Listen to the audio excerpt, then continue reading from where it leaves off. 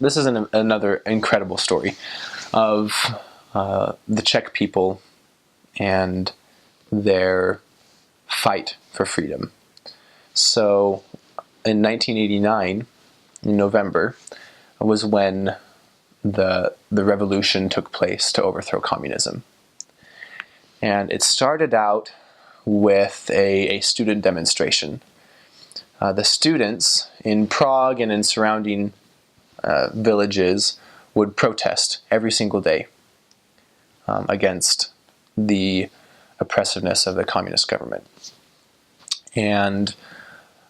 But because they weren't as big in number, it was hard to get a lot of notice or a lot of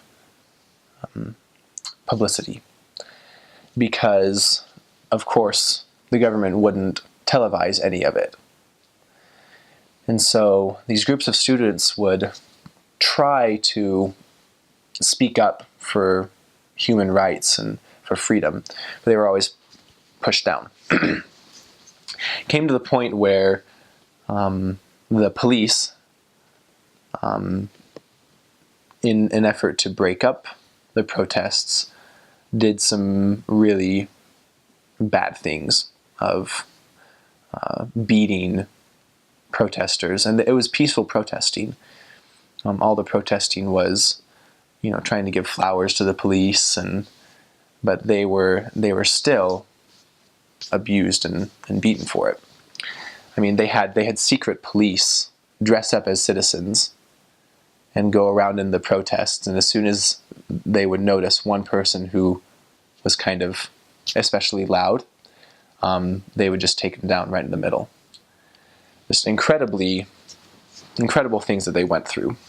So as soon as the word got out of these student demonstrations to their parents, the parents started to join in.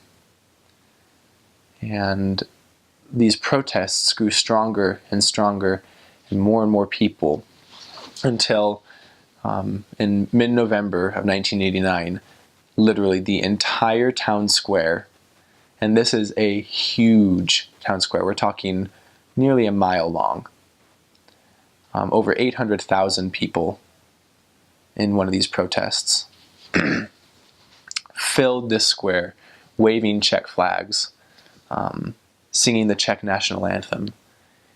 And it was after all these incredible protests that eventually the communist government resigned, and they established a social democracy.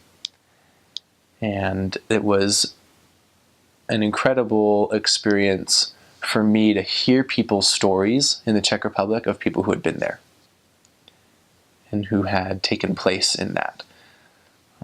It's an amazing part of their history.